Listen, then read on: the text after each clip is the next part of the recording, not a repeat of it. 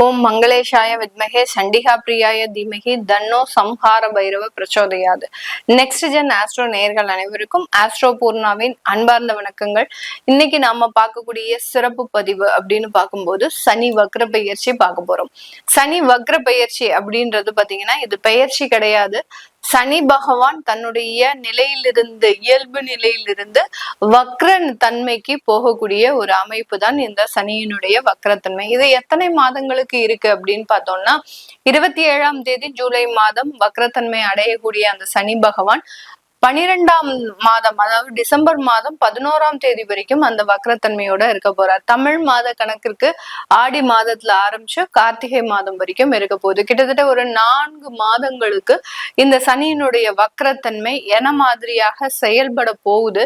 இந்த இடத்துல ஒவ்வொரு ராசி என்பர்களும் என்னென்ன ஒரு மாற்றத்தை அடைய போறீங்க, உங்களுக்கு சில டிப்ஸ், அதாவது நீங்க என்ன செஞ்சா இந்த வக்ரத்தன்மையில உங்களுக்கு அந்த மாற்றங்கள் நல்ல ஒரு விதத்தை கொடுக்கும்.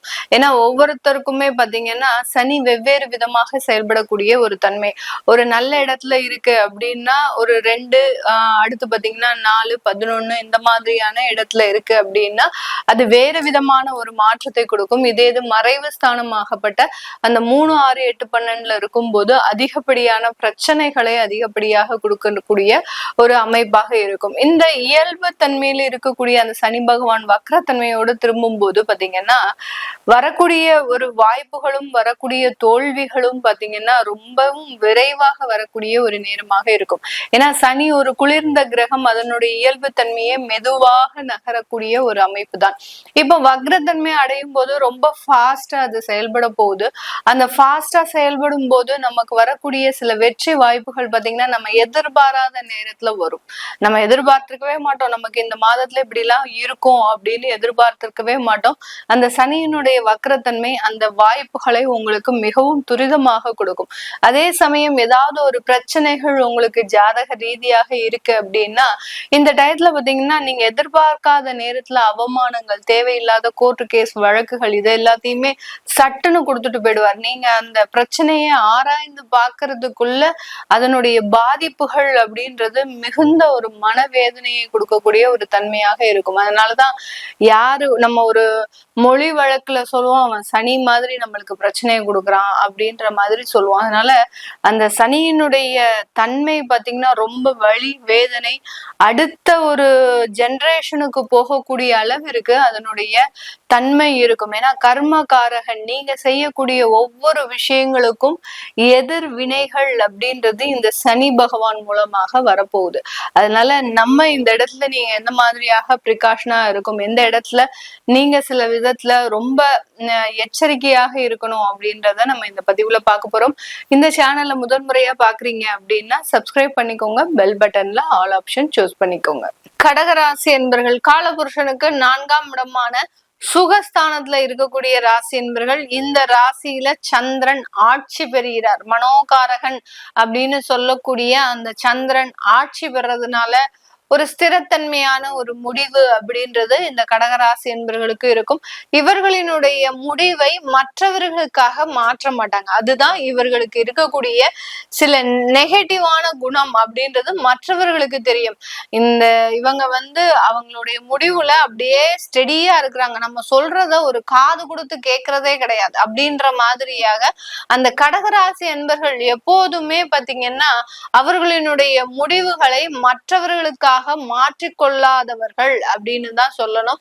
அந்த முடிவுகள்னால எந்த ஒரு பாதிப்பு வந்தாலும் அதை நான் ஃபேஸ் பண்ணிக்கிறேன் அப்படின்னு தைரியமாக எடுத்து சொல்லக்கூடியவர்களும் இந்த கடகராசி என்பர்கள் தான். இந்த கடகராசி என்பர்களுக்கு 9ஆம் இடத்துல சனி வக்ரத்தன்மையில இருக்கிறார். 9ஆம் இடம் அப்படின்றது பாக்யஸ்தானம். பாக்யஸ்தானத்துல இருக்கக்கூடிய அந்த சனி வக்ரத்தன்மை பெறுகிறார். இது நிறைய ஒரு மாற்று அமைப்புகள் தான்.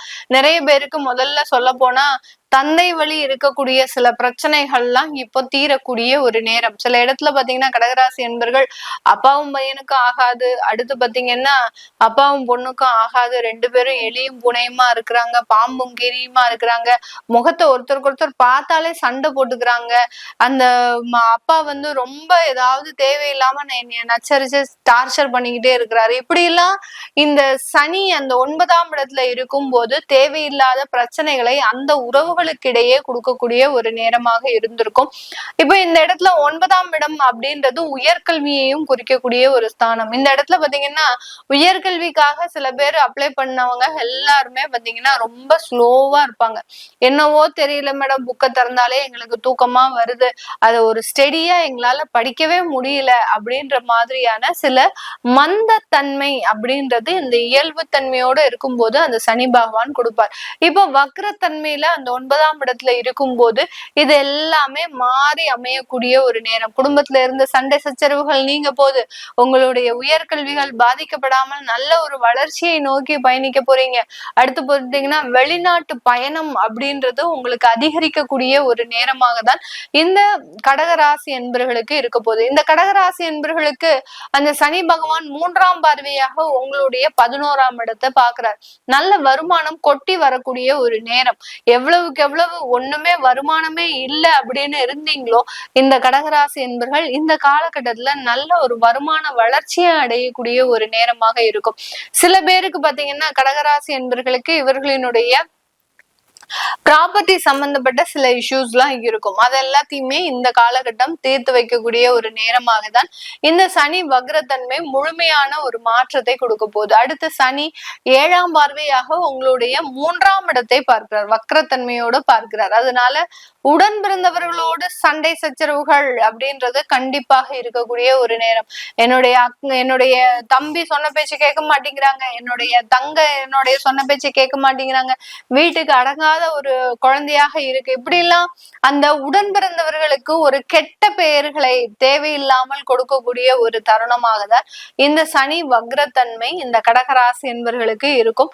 அதே மாதிரி இந்த சனி பகவான் பாத்தீங்கன்னா இந்த கடகராசி என்பர்களுக்கு ஒரு பாசத்தன்மையை கொடுக்கறதுக்கு உண்டான ஒரு நேரம். யாரையும் விட்டு பிரிஞ்சும் இருக்க முடியாது, ஆனா அவங்களோட சேர்ந்தும் வாழ முடியாத ஒரு சூழ்நிலை. இது எல்லாத்தையுமே இந்த சனி வக்ரத்தன்மை இந்த காலகட்டங்கள்ல கொடுக்கறதுக்கு உண்டான ஒரு நேரம். கணவரோட சேர்ந்தும் வாழ முடியல, ஆனா கணவர் இல்லாமலும் இருக்கவும் முடியல அப்படின்னு சொல்றதுக்கு தகுந்த மாதிரியான ஒரு அமைப்பை இந்த கடகராசி என்பர்கள் இந்த சனி வக்ரத்தன்மையில பெறக்கூடிய ஒரு நேரமாக இருக்க போது.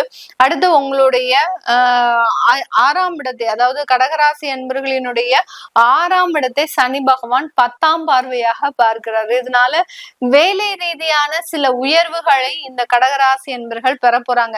யாரெல்லாம் டெம்பரவரியா வேலை பார்த்துட்டு இருந்தீங்களோ, வெளிநாட்டிலயும் சரி உள்நாட்டிலயும் சரி, எந்தெந்த இடத்துல எல்லாம் டெம்பரவரியா வேலை பார்த்துட்டு இருந்தீங்களோ அவர்களுக்கு எல்லாருக்குமே ஒரு நிரந்தர ஒரு உத்தியோகம் அப்படின்றது முழுமையாக வரக்கூடிய ஒரு நேரமாக இருக்கும். அடுத்து அந்த நிரந்தர உத்தியோகத்துல நல்ல ஒரு பதவி உயர்வு அப்படின்றது கண்டிப்பாக இருக்கும். அந்த பதவி உயர்வுனால ஏன்னா உங்களுடைய உழைப்புக்கு ஏற்ற ஒரு அங்கீகாரம் அப்படின்றது இந்த கடகராசி என்பர்கள் இந்த காலகட்டத்துல பெறக்கூடிய ஒரு நேரமாக தான் இருக்க போகுது. அதனால எந்த இடத்துலயும் ரொம்ப சங்கோஜப்படாம, சில இடத்துல பாத்தீங்கன்னா நீங்க துணிஞ்சு சில விஷயங்களை முயற்சி செய்தீங்க அப்படின்னா ஆட்டோமேட்டிக்காக அது நல்ல வளர்ச்சியை அடையக்கூடிய ஒரு நேரமாக தான் இந்த கடகராசி என்பர்களுக்கு இருக்கும். கடகராசி என்பர்கள்ல வீட்டுல வேலைக்கு போகாம இருக்கிறவங்களுக்கு அதிகப்படியான தொந்தரவுகளை கொடுக்கக்கூடிய ஒரு ஸ்தானம். ஏன்னா சனி மந்த தன்மையோ இயல்பு தன்மையால இருக்கிறாரு அப்படின்னா எப்போதுமே அந்த ஒரு மந்தத்தன்மை அப்படின்றது இருக்கும். அதே சமயம் சனி வக்ரம் ஆகுறாரு அப்படின்னா நீங்க ஏதாவது வீட்டுல யாருக்காவது ஒருத்தருக்கு உங்களை பார்த்தாலே ஒரு எரிச்சல் வரும், தேவையில்லாம பேச ஆரம்பிப்பாங்க, அந்த இடத்துல கோபம் அதிகரிக்கக்கூடிய ஒரு ஸ்தானம். இது எல்லாமே அந்த குடும்பத்துல சில தொந்தரவுகளை கொடுக்கக்கூடிய ஒரு நேரமாக இருக்கும். நீங்களுமே பாத்தீங்கன்னா கடகராசி என்பவர்கள் மற்றவர்களினுடைய சொல் பேச்சை கேட்காமல் நடக்கிறதுக்கு உண்டான ஒரு நேரம். அவர்கள் என்ன சொல்றாங்க அப்படின்றத காது கொடுத்து கேட்க மாட்டீங்க. நான் முதலே சொன்ன மாதிரி என்னுடைய முடிவுல நான் மற்றவர்களுக்காக மாற்ற மாட்டேன் அப்படின்ற மாதிரியான சில விஷயங்களை செய்வீங்க. அதனால அந்த மனநிலை சார்ந்த விஷயங்கள்ல வீட்டுல ஹவுஸ் ஒய்ஃபா இருக்கிறோம், வீட்டுல வயதானவர்களாக இருக்கிறாங்க, எங்களுக்கு வீட்டை தவிர வேற எங்கேயுமே போகிறதுக்கு உண்டான ஒரு சூழ்நிலை இல்லை, எங்களுக்கெல்லாம் எப்படி இருக்கும் அப்படின்னு கேட்கிறவங்களுக்கு கொஞ்சம் உங்களுடைய குணங்கள்ல சில மாறுபாடுகள் இருக்கும். அதனால சில இடத்துல தேவையில்லாத அவமானங்கள்லாம் வர்றதுக்கு உண்டான ஒரு நேரம். அந்த இடத்துல ரொம்ப கவனமா யார்கிட்டையும் வாய் கொடுக்காமல் இந்த கடகராசி என்பர்கள் பிரச்சனையே பாத்தீங்கன்னா மற்றவர்களுக்கிட்ட போய் தேவையில்லாம பேசி இவர்களே அவமானப்பட்டுட்டு வருவாங்க. இதுதான் இவர்களுக்கு இருக்கக்கூடிய பிரச்சனையே. அதனால மற்றவர்கள்கிட்ட தேவையில்லாமல் வாய் கொடுக்காமல் இருந்துட்டீங்க அப்படின்னா அதுல இருந்து மிகப்பெரிய ஒரு நிவர்த்தி அப்படின்றது கண்டிப்பாக இருக்கும். இந்த கடகராசி என்பர்களை பொறுத்த மட்டுக்கும் இப்ப நடக்கக்கூடிய அந்த திசாபுத்தி பாத்தீங்கன்னா புதன் திசை, கேது திசை, இந்த மாதிரியான திசாபுத்திகள் எல்லாம் இருக்கும். சுக்கிர திசை, ராகு திசை, இந்த மாதிரியான திசாபுத்திகள்லாம் இருக்கும். இந்த திசாபுத்தி இருக்கக்கூடிய நபர்கள் இந்த காலகட்டம் உங்களுடைய ஜாதக ரீதியாக ஒரு வேலை மாற்றம் செய்யணும் விருப்பப்படுறவங்க, நிறைய பேர் பாத்தீங்கன்னா வேலை மாற்றம்லாம் செய்யணும் விருப்பப்படுவாங்க. அடுத்து இரண்டாவது திருமணம் செய்யணும் விருப்பப்படுவீங்க. இந்த மாதிரியாக எல்லாம் இருக்கக்கூடியவர்களுக்கு உங்களுடைய ஜாதகத்தை நீங்க டீட்டெயில்டா பாத்துட்டீங்க அப்படின்னா அதுல இருக்கக்கூடிய சில மாற்றங்கள் தெரிய வரும்.